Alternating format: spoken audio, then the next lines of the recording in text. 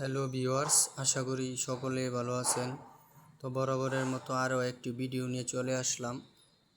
তো কিছুক্ষণ অবসর সময় পেলেই ঘোরাঘুরি করতে কার না ভালো লাগে।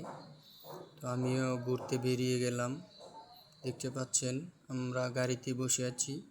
তো গাড়িতে বসে থেকে আমি জানলা দিয়ে আপনাদের দেখানোর বা শেয়ার করার জন্য আমি কিছু ভিডিও ফুটেজ নিয়ে নিলাম।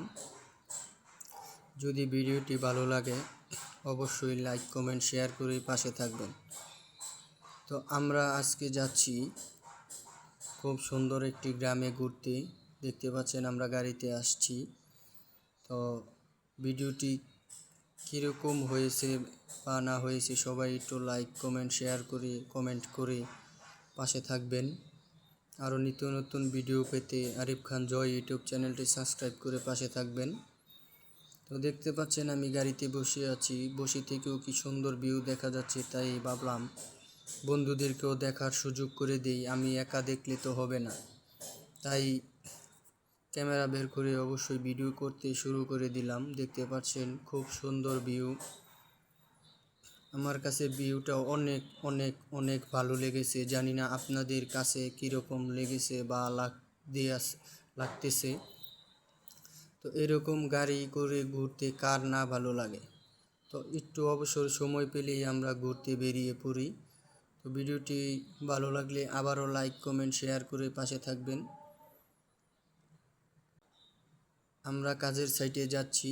তো কাজের সাইটে যাওয়ার পরে কি কাজ করেছি সেটার ভিডিও করতে পারলাম না কাজের চাপে।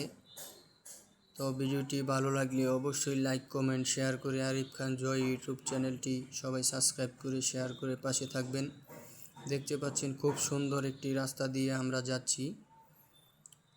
এটা ডাঙ্গা পলাশ নরসিংদী জেলার ভিতরে পড়েছে। তো এই যে দেখতে পাচ্ছেন নতুন একটি রাস্তা, এই রাস্তা দিয়ে আমরা এখন যাচ্ছি।